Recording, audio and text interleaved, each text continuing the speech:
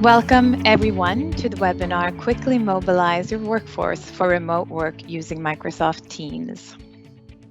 Hello everyone.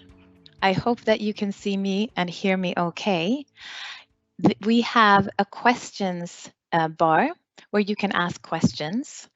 So I have my great team here with me today that will be monitoring these questions. But we know from before that there were so many questions and we weren't able to answer all of them. But please ask them anyway, and we will follow up after the webinar. My name is Ulrika Hedlund. I am the founder of Storyals. I'm Swedish, but for the past 14 years, I've been based in Dubai. I spent most of my time working at, or most of my career, about 14 years working at Microsoft, both in Sweden and also in the Middle East.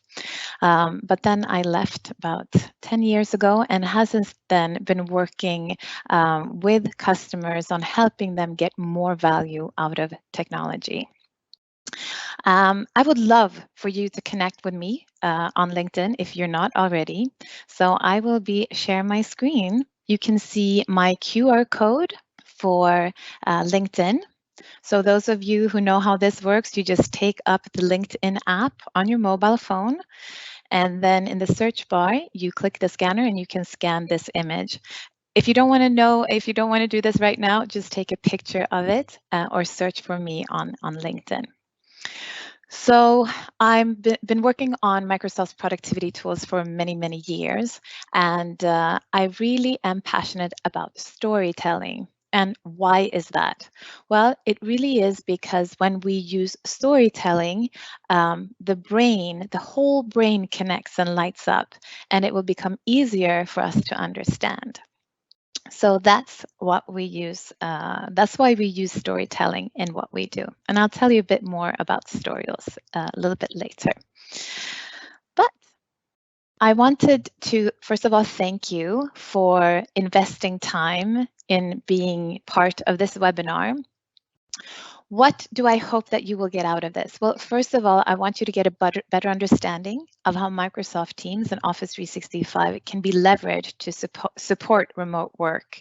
I think all of us are affected about what's going on around the world today. But even so, even if we don't have this situation, it's always important for us to use digital tools to work smarter.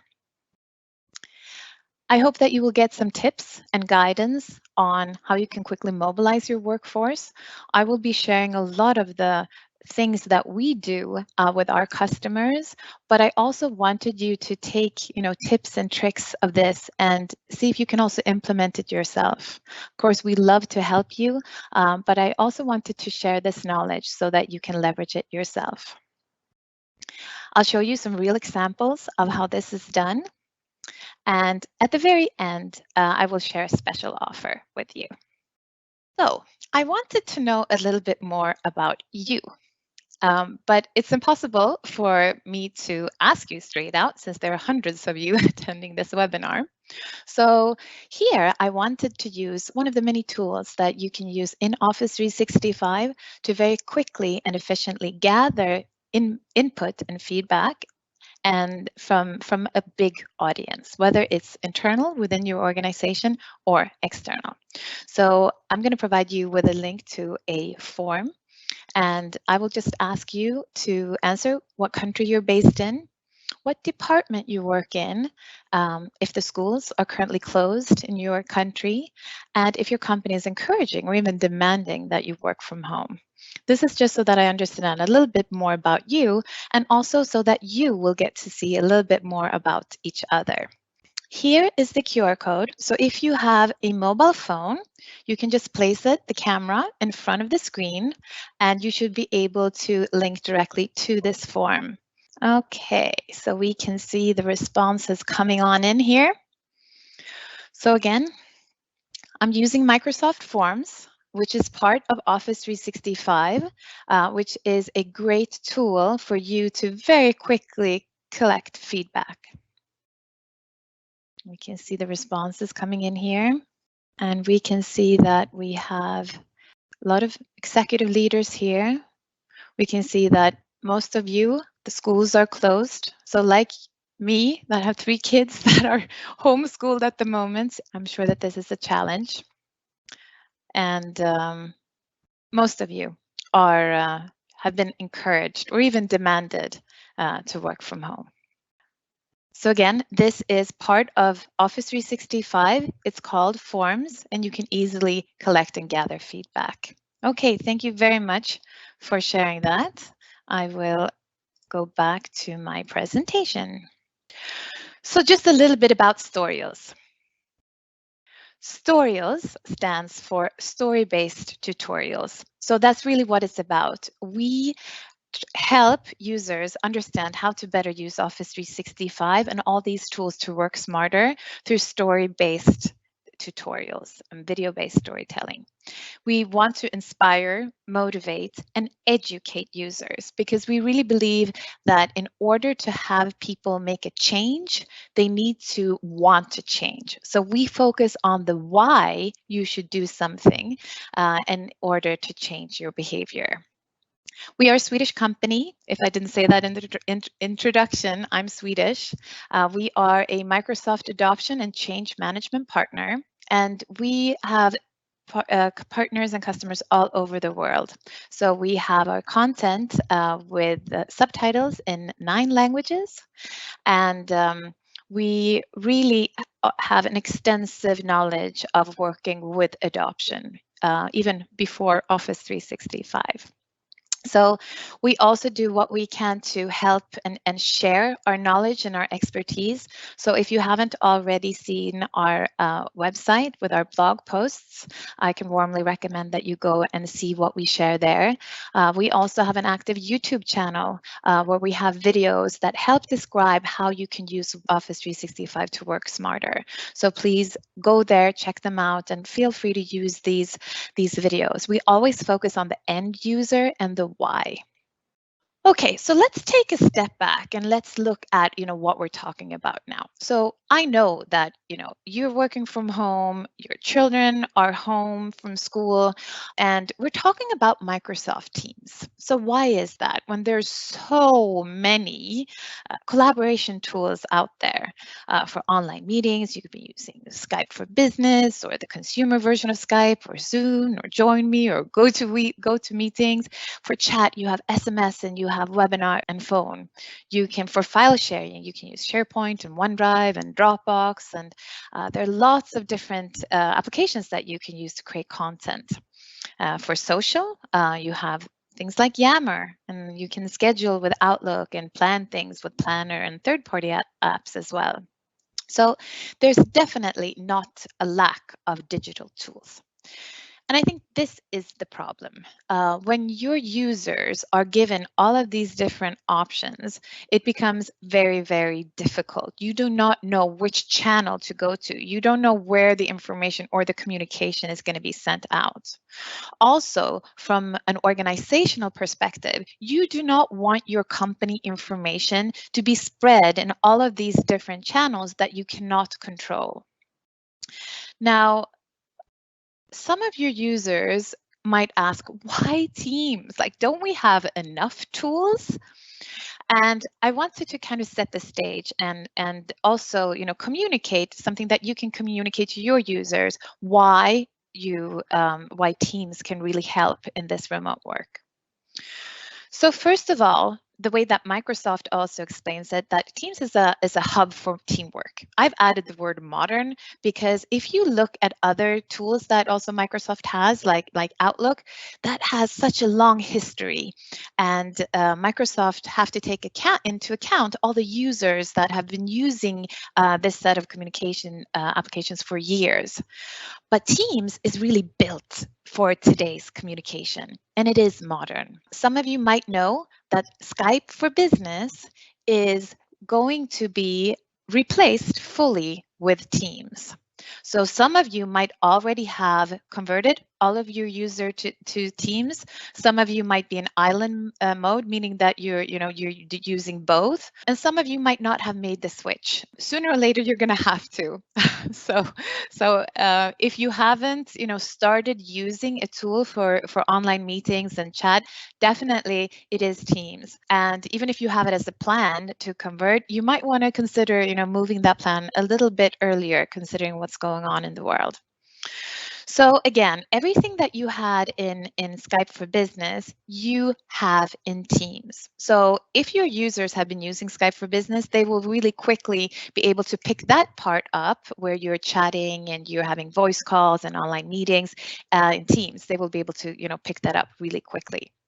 But what's so cool with Teams is that it adds on top of that. So you also have rich collaboration. Out of the box in Teams, you have cloud-based sharing. So you're actually using OneDrive for Business and SharePoint as the cloud-based services for all your document sharing. But as an end user, you don't really have to know about that. You're just using Teams. Also, all of the beautiful tools that you have in Office 365. So for instance, forms that I used to collect information from you, you can use that in Teams as a pull and quickly gather information from your users. You could use Stream, your video streaming solution within Office 365 to send out broadcasts and video messages. And of course, you have Yammer, which is more for your outer circle, your bigger communication within your organization. You can connect that into Teams as well. And you also have a wide range of third-party apps. So Teams is not only for working with Microsoft Office applications, you can also connect third-party apps and connectors to Teams. So it really is that one-stop shop for all of the collaboration and communication tools that you need. So the other question is then, okay, but why do we need to start using it now? Well, first of all, it really simplifies it for your users that they have everything in one single app, okay? That's one. So just like I showed you before, all of this chat and collaboration on the left-hand side in Teams, for those of you who are not already using it, you have everything in the navigation. You have your chat, you have your calendar for your meetings, you have all of your files, and you can also connect other apps like Excel or third-party apps. So that's what you have, one single app for this collaboration. The other thing is that it's really, really easy to get on these types of meetings. So either one-on-one meetings. So say that you want to sit and you want to have a conversation with someone, but you're working from home, so you can't. Well, then what you can do is you can just turn on the video, and it actually feels like you're in the same room. These days, cameras are so good, the quality is so good, so it really feels like you're right there having, a virtual cup of coffee together and meeting. You can also have live events like this one. So in a normal Teams meeting, you can have up to 250 users in the meeting. But if you want to have bigger meetings like this one, you can also do a live event. So it takes a little bit more setting up and a bit more preparations beforehand, but you can replace your physical events that you have planned for these online events. The other thing is that it's a much more effective way of communicating. So I just wanted to give you a few examples. So just the other day, we were supposed to have a photo shoot, a couple of us in the team, and this was canceled because the place that we wanted to go to could not host us and didn't, it was not appropriate to come. So I had to send out a message, and this was, 6 p.m. So it was, after work hours. I needed to send out the message. So I just sent it out in a quick group chat on Teams. Now, the beautiful thing with this is just a few minutes later, I can see that I have a like reaction from all of my employees. So I don't have to call them up. I don't have to ask, did you get my message? And I know that they've seen it, but they don't have to reply. We can just, with an acknowledgement, I know that they've seen the message. Another thing that you can do in Teams, and you've been able to do this in Skype for Business for quite some time, but this hasn't been implemented until quite recently in Teams, but that you can set a status message for your presence. If I'm working from home, I might have a difficult time that I might not be accessible all day. So I can just set a message that I'm working from home today. I'm available for meetings and calls between 2 and 4 p.m. Then you can just, show that. So other people that just hover over my profile can of course see information about me, but they can also see my status message and they can message me directly. So again, this is a way of kind of broadcasting your status and your availability in Teams without having to, notify people in another way. Another thing that is also extremely useful that was introduced just, was it in March or in February? I don't remember. It was implemented quite recently, is that you can tag people within Teams. So say that I want to send a message to 3 people, but I don't want to, write their names, or I want to send a message to or mention 10 people. Well, I can put a tag. So it might be, for instance, our champions, or it could be our digital workplace leads. I can put a tag on them, and then I can mention those people that have that tag. So it makes it also easier to communicate and make sure that you get the attention from the right people. Now, again, the real power of Teams is when you start collaborating in these, what I call digital replicas of a team. So imagine this, that you're used to being in the office, and you have your office, and you have, the people that you work with, and now all of a sudden, all of you are working remotely. Well, what you can do is you can create a digital replica, like a digital house, if you will, of your team. And this could be, a departmental team, or it could be a project-based team for a specific initiative. So I usually describe it that you set up a house, and then you select the people that you want to have in your house, the ones that you want to collaborate with.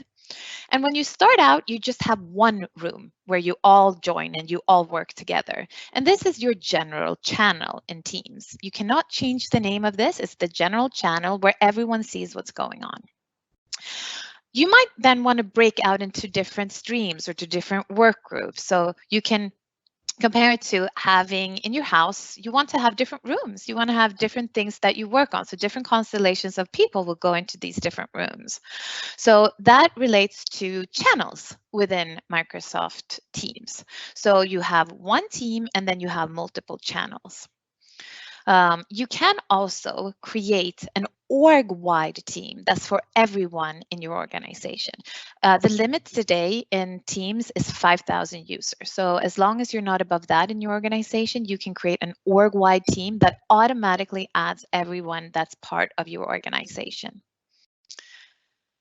Now, in November, Microsoft introduced the ability to create private channels. And now, why is this important? Well, because if you think of the analogy of the house, everyone in the house can see what's going on in all of the rooms. But you might want to take a selection of these people and create like a private room. And before you couldn't do that, so perhaps you would set up a separate team, but then you have all of these teams to manage. But since November, you can create a private channel. So you can think of it as having a key, and where you can lock the door. And also this room is invisible. Other people don't see that it exists unless they are a member, or if they are an owner of the team. So the owner can also see if private channels exist, but they cannot access them if they are not a member. So this also helps in the architecture of your teams. So sounds great. Yay, let's do it. Your IT department say, yeah, let's just roll this out if you haven't already. And let's just press the button. Let's go. I would not recommend that you do that. If your users have not been given any guidance or any introduction to this tool, you will not have a good experience. First of all, when you start using Teams, the default notification settings is to send you notifications about everything, everywhere. You get pop-up banners on your screen, you get email. It is not an effective way of communicating. And especially in times like this, where people might feel a bit insecure and not sure about what's going on, you do not want to bombard them with a technology that they don't know how to use without properly introducing them first. These are some of the comments that I've heard, again, working with this for years and having people, say things about Teams. So however much I love Teams, you also have to be considerate that you have many different types of users in your organization. Some of them might just jump at it right away and be really, really happy, whereas others might not be as comfortable with this new type of communicating and this open, transparent way of communicating. So this is something that you really need to consider. So the recommendations that I have, and I hope that you've also read the blog posts, and there you will get more information about this. So what I recommend is that you really look at a program in order how to get your workforce ready for this remote work. So first of all, what you need to do is that you need to gather your stakeholders. So an initiative like this is not only for the IT department, or it's not just only for the HR and training department. This is really something that goes across the entire organization. And you need to make sure that you have representatives from the whole company. If you're a smaller company, then it might just be the CEO or the founder that decides that we're going to do this. But for larger organizations, definitely get get representatives from all the different departments. Name the initiative. And again, this should not be just something temporarily that you do. Building digital muscles is something that you're going to have to do continuously. Before, it would take Microsoft 3 years before they updated a version of Office, but now with Office 365, updates come all the time. So having this continuous learning and this continual digital training is something that's really fundamental and something that you should make a integral part of your entire framework for your company. Give it a fun name like the Digital Workplace Gym or the Office 365 Gym. When other physical gyms are closing down, you can open your digital gym that's open 24 hours, no matter where you are. So really, try to think of something that resonates well with your culture and with your organization. Set up a team in Microsoft Teams. And again, before you do this, I warmly recommend that you have a meeting to introduce Teams or that you provide them with training. Again, we can help you with this, but otherwise just make sure that you set up a meeting and that you give users and your stakeholders an introduction. So it's really good for your stakeholders to, have a place where you can quickly, communicate and collaborate. The way that we set it up is that we recommend that you set up one team for this initiative and that you can then have a private channel for your stakeholders where you discuss things like who should be the champions, reporting, feedback, the planning, and things like that. Then you need to look at like your current, do an assessment. Where are you at? How are you using Office 365 today? What applications are being used and when and how? So do a little bit of a current state analysis. And then start building an adoption plan. So when we do these sessions, online, I love using Microsoft Whiteboard. So with Microsoft Whiteboard, you can first of all you can invite other users and you can then collaborate on the same whiteboard but digitally, and you can easily add different types of notes. You can add different things for what you want to do, launch program, and you can move these around and you can really play around. If you have a Surface Hub, then that's amazing. Then you can stand up and you can draw and you can in your digital meeting do all of this very, very fluid. I don't have one, unfortunately. So I use my Surface Pro or my iPad Pro. You need to ensure funding. Now, unfortunately, adoption and training and these types of things usually don't get a lot of funding and budget, which is very, very sad how you can invest money in software and hardware, but you don't train people on how to use it, so they're not using it effectively. I'm very passionate about this part. But anyway, now is the perfect opportunity because you can reallocate money. Just think about how many travels that are being or trips that are being canceled, how many events that are being postponed. Make sure that you reallocate some of that money into really, building the digital muscles of your employees. So invest in good technology. Make sure that you have the right tools and that you have the right equipment. Things like good headsets, good cameras, good laptops so that people can work from home. There's nothing more frustrating than when your computer is too slow and it doesn't work. So in the bigger scheme of things, the cost that you're putting into this is very, very small compared to what you're getting out. Even if you feel that you might want to speed up, you quickly want to get your workforce up and running with these tools effectively, you cannot forget security and governance. It's super important. If we look at teams, who can create teams?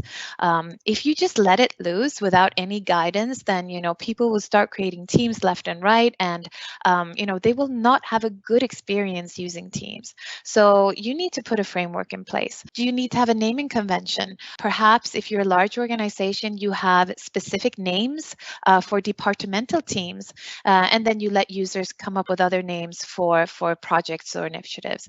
How long should a team be active? And if one owner leaves, who's the secondary owner? So things that you need to look at. Can users bring their own devices and access the information from anywhere?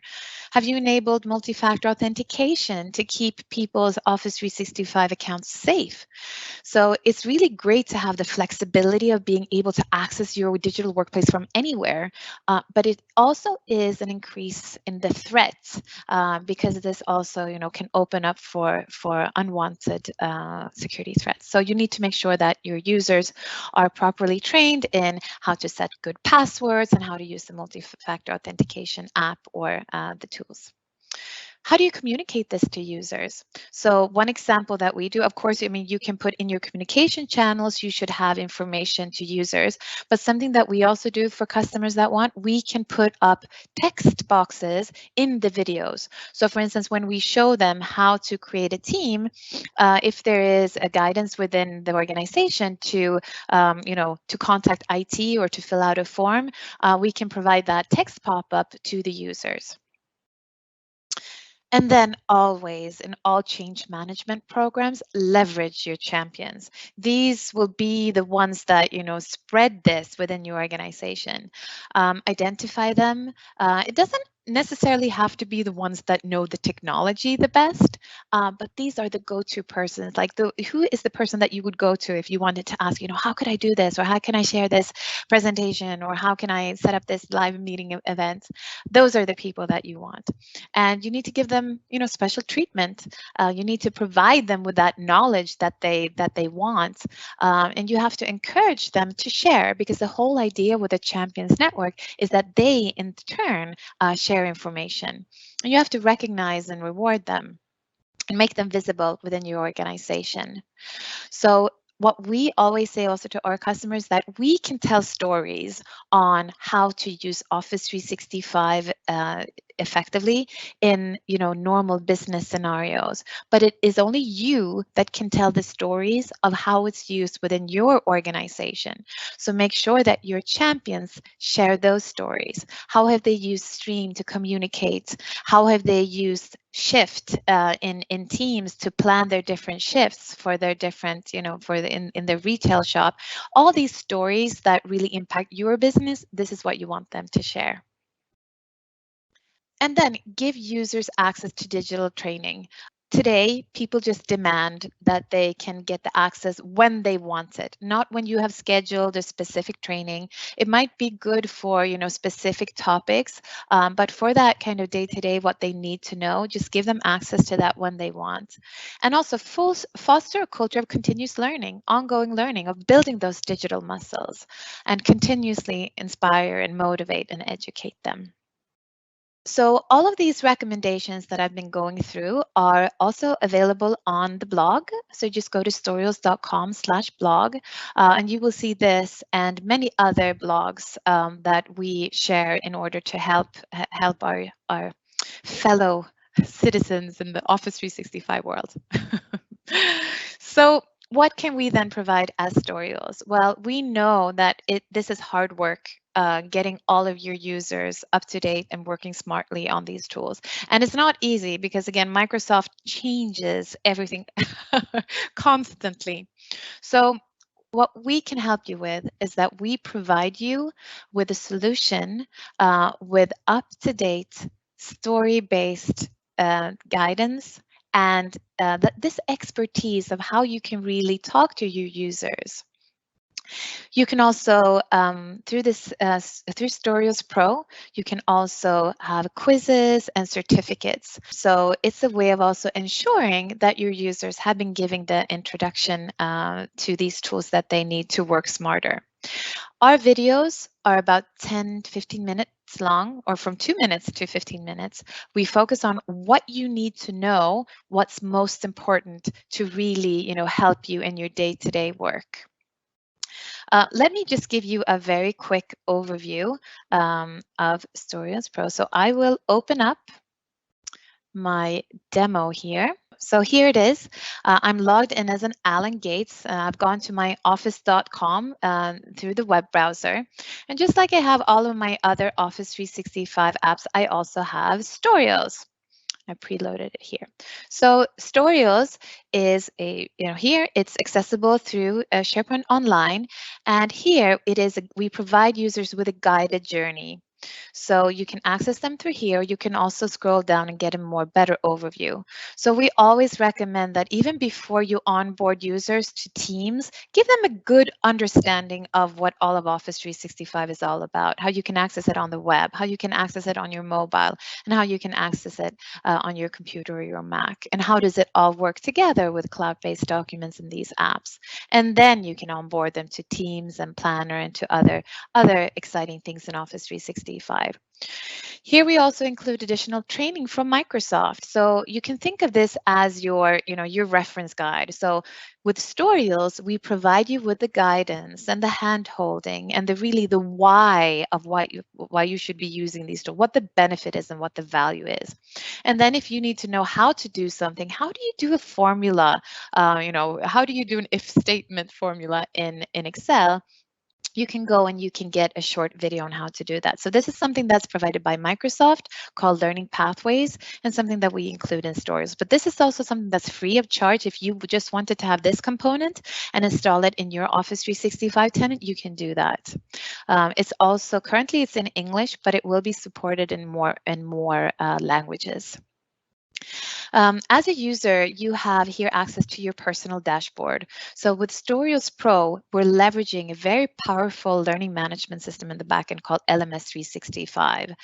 If you already have a learning management system in your organization, we have a different version of Storyals so that you can integrate with your existing learning management system. But this Storyals Pro is very effective if you want to keep track of what users are, that they're actually been provided this training and that they've been given the guidance. So here you can see your training. You can see if you've completed a topic, and then if you download your certificate, you can also show that you've been given a certificate. The same training you can access through a mobile app if you have Storyals Pro. And what's really, really powerful is that you can also make it available to users right from within Teams.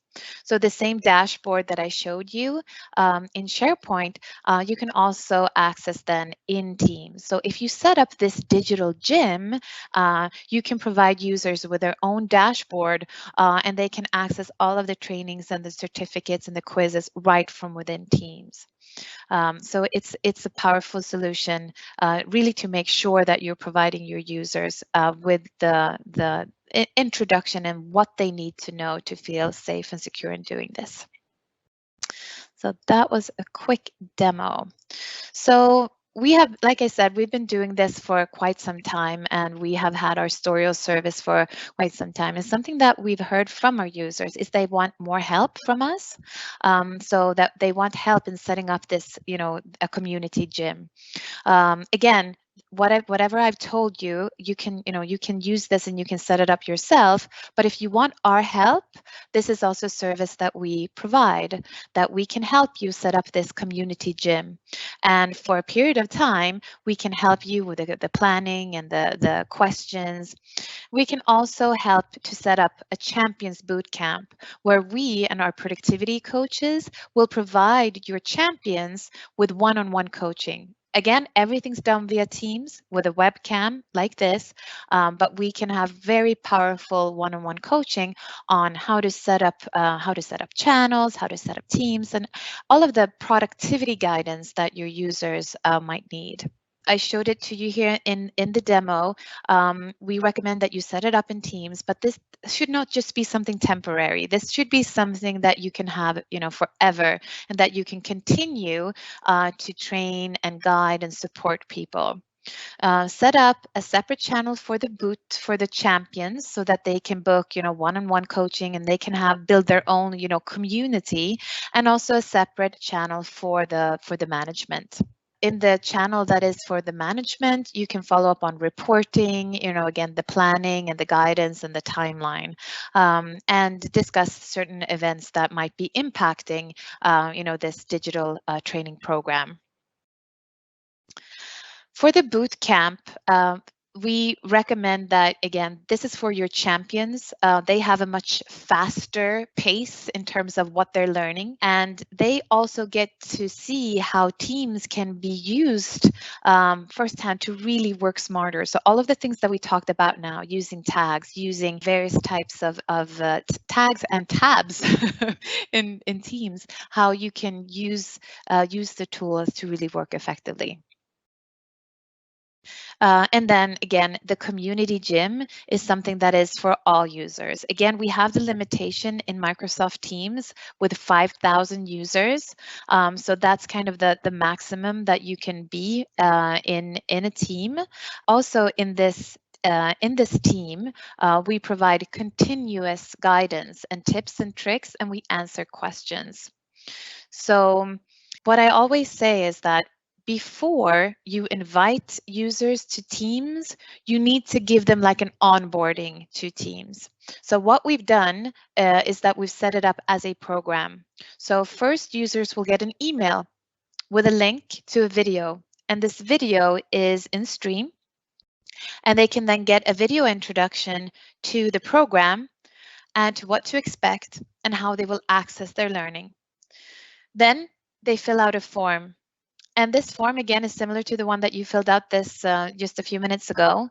Here, you can collect information. And here you can collect more information about, do your users have the appropriate headset? And do they have a good place to work from home? Do they need additional help?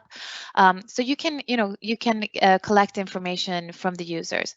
When that response is submitted, they're provided with the invitation, or they're assigned the first course, which is the overall introduction, kickstart your Office 365 usage. And even for your users that have been using this for years, I can promise you that there are new things that they did not know, because there's so many new things in Office 365. So I can assure you, even users that have been using Office for a very long time will have a lot of new experiences in these short videos. I don't know how many of you, for instance, that have tried the new Office mobile app. It's beautiful. It's very, very nice. Then after that, they're given the short topic that introduces them to Teams. And it's after they've been given that introduction that they actually get the invitation to join the team. And again, we recommend that you run the Champions program first. You might just, and if you're a smaller organization, you might not divide and have champions or other users. You might just do everyone at once. You invite them to Teams, and then after that, all of your, communication and everything is gone through the Teams channel. Here, we also provide deep dive webinars, not through live streamed events, but through normal Teams channel meetings that are recorded so that others can go and see them at any time. And stakeholders get, continuous updates. And then it's time to use their muscle. So here we encourage champions, and we encourage users to share their feedback. And if they have any questions, again, they can post their questions and we will help them. this is a way to provide your users with a guided hand and someone to hold their hand through this journey. And it also helps the IT organizations, if you have one, to respond to a lot of questions that they might not be up to date with. Users will also be introduced to Stella. So this is Stella, our avatar. And she will be providing users with tips and tricks, things that are positive and things that you can do, and things that what users might be wondering about, like, why can I not add a plan to my private channel? Well, because it's not supported yet. So we can help guide users on how they are to use these tools to really work effectively. The one-on-one coaching, like I said, for the champions is, again, booked directly through Teams. They can book 30-minute slots, and then one of our productivity coaches will help them. And again, the topics are related to working smarter with Office 365. Here is a pricing, just because I wanted to show you that we have put a fixed price on this, on the community gym and the boot camp. So it is a 3 months engagement where we help you leverage Storyals content and Storyals subscription and Microsoft content to really get it out to your users. We answer their questions and we provide tips and guidance, and we provide your stakeholders with reports and updates on how users are really progressing and how they're using these tools. So I know how it is myself. I run a business, and in these uncertain times, you do not want to be hit by something that you don't know how much it's going to cost you. So having a fixed annual subscription for Storyals with these additional add-ons with a community gym and an optional bootcamp, you know what it costs, and you get professional help, and you don't have to go through a lot of the mistakes that a lot of organizations do. Something else that I wanted to highlight is that Microsoft has something called a Teams Assessment Workshop that we as a Microsoft partner can deliver to customers. This is for large organizations that have at least 1,000 users that have not yet started using Teams. And if you're one of those, then you are eligible for having one of these workshops funded by Microsoft.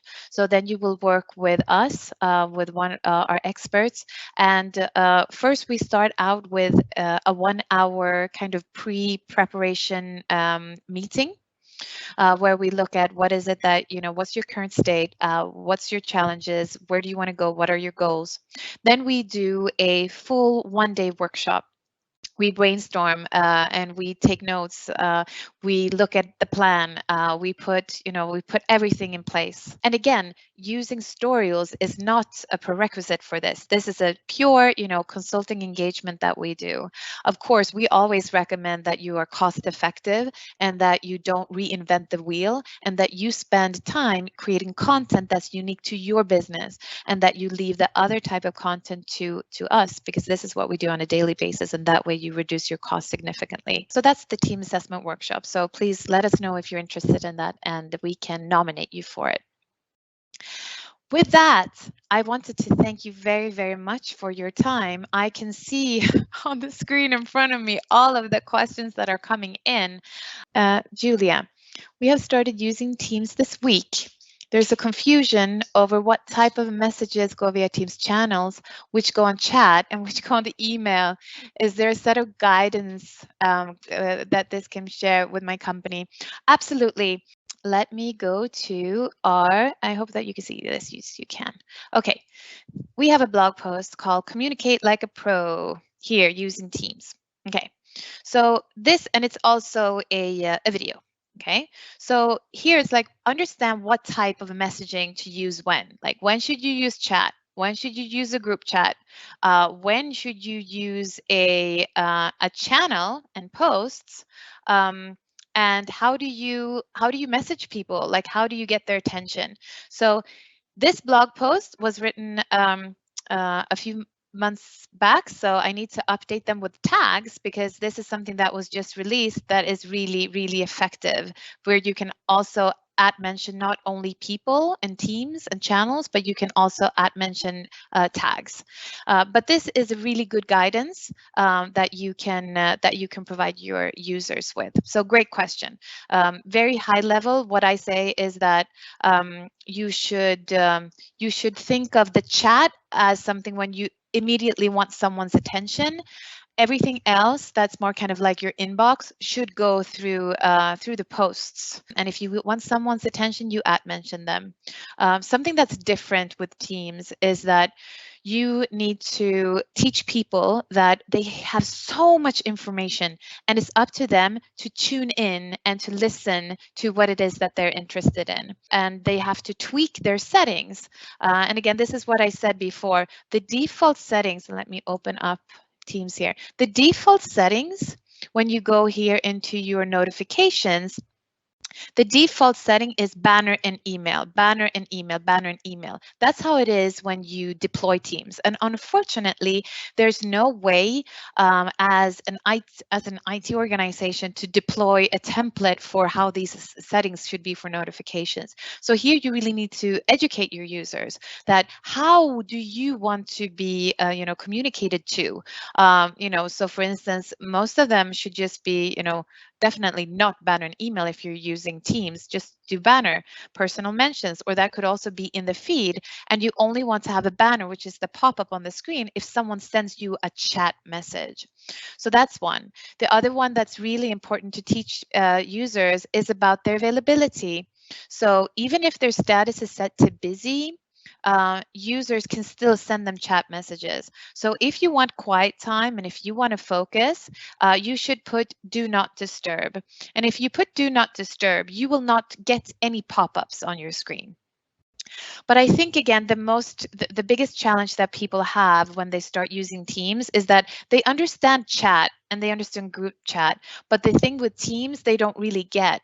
But this is what's the most kind of powerful way of communicating, because you can really have a much more transparent communication. That's great question.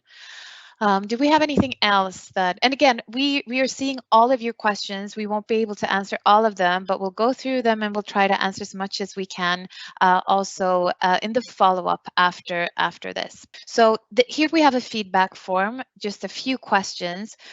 By answering this feedback form, you're giving us the input that we need, and we also want to give something back to you. So if you fill out this form, if you want to sign up for a Storyals subscription, we will provide you with the first year with the installation and the support free of charge. So we have an amazing group of people in our team that are ready to help you. So if you want to have a more in-depth demo, or if you want to see more how this can be used, or if you want to know more about the community gyms, then do please get in touch with us and we'll be happy to help.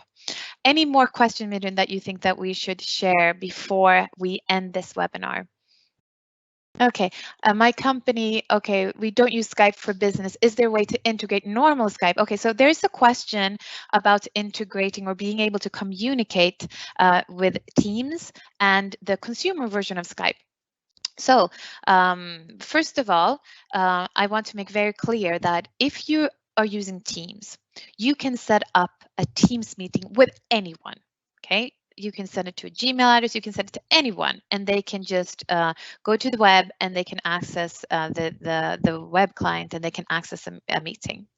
Now, the other question is that you might want to be able to chat with external people, for instance, that are using Skype. And this is a very, very recent update that Microsoft just announced, that you can have the integration, just like you had with Skype for Business, that you could communicate with consumer version of Skype users. This is also coming to Teams. So I need to check if it's publicly available or if it's just available for some regions in some countries, but I think it's in general availability. So that's another question.